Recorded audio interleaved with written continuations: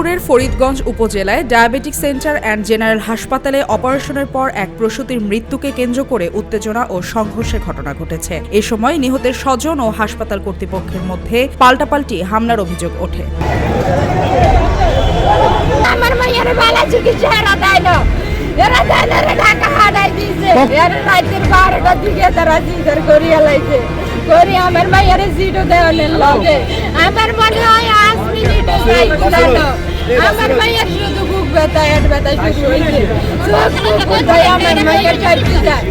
আমি সিস্টারে তারে দৌড় দিছি, একবার জিয়ারম করে কা এ তারা ইয়ানো আমার জিয়ারে মারি, এগুলো মারি তারা ঢাকা হারাই দিয়েছে।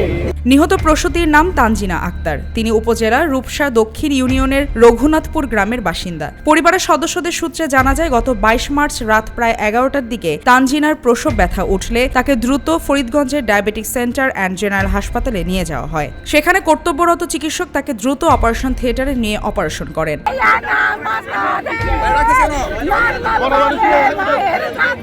অভিযোগ রয়েছে, অপারেশন শেষে বেডে আনার মাত্র 5 মিনিট পর তানজিনার হঠাৎ বুকে ব্যথা উঠলে তিনি অচেতন হয়ে পড়েন। পরে তার অবস্থার অবনতি হলে চিকিৎসকরা তাকে উন্নত চিকিৎসার জন্য ঢাকা মেডিকেল কলেজ হাসপাতালে পাঠান। তবে সেখানে পৌঁছানোর পর কর্তব্যরত চিকিৎসক তাকে মৃত ঘোষণা করেন।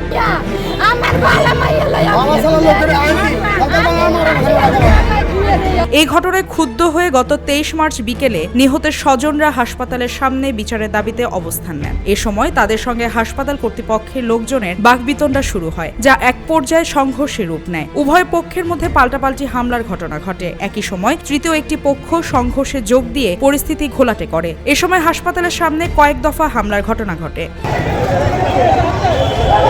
অভিযোগের বিষয়ে হাসপাতাল কর্তৃপক্ষের সঙ্গে যোগাযোগের চেষ্টা করা হলেও তারা কোনো বক্তব্য দিতে রাজি হননি। ফরিদগঞ্জ থানার ওসি তদন্ত এমদাদুল হক জানান, পুলিশ ঘটনাস্থল পরিদর্শন করেছে, অভিযোগ পেলে ব্যবস্থা নেওয়া হবে। বিষয়টি তদন্ত করে ব্যবস্থা নেওয়ার কথা জানান উপজেলা স্বাস্থ্য ও পরিবার পরিকল্পনা কর্মকর্তা ডাক্তার আসাদুজ্জামান জুয়েল। রক্তশূন্যতায় মারা গিয়েছে বলে আমরা জানতে পেরেছি।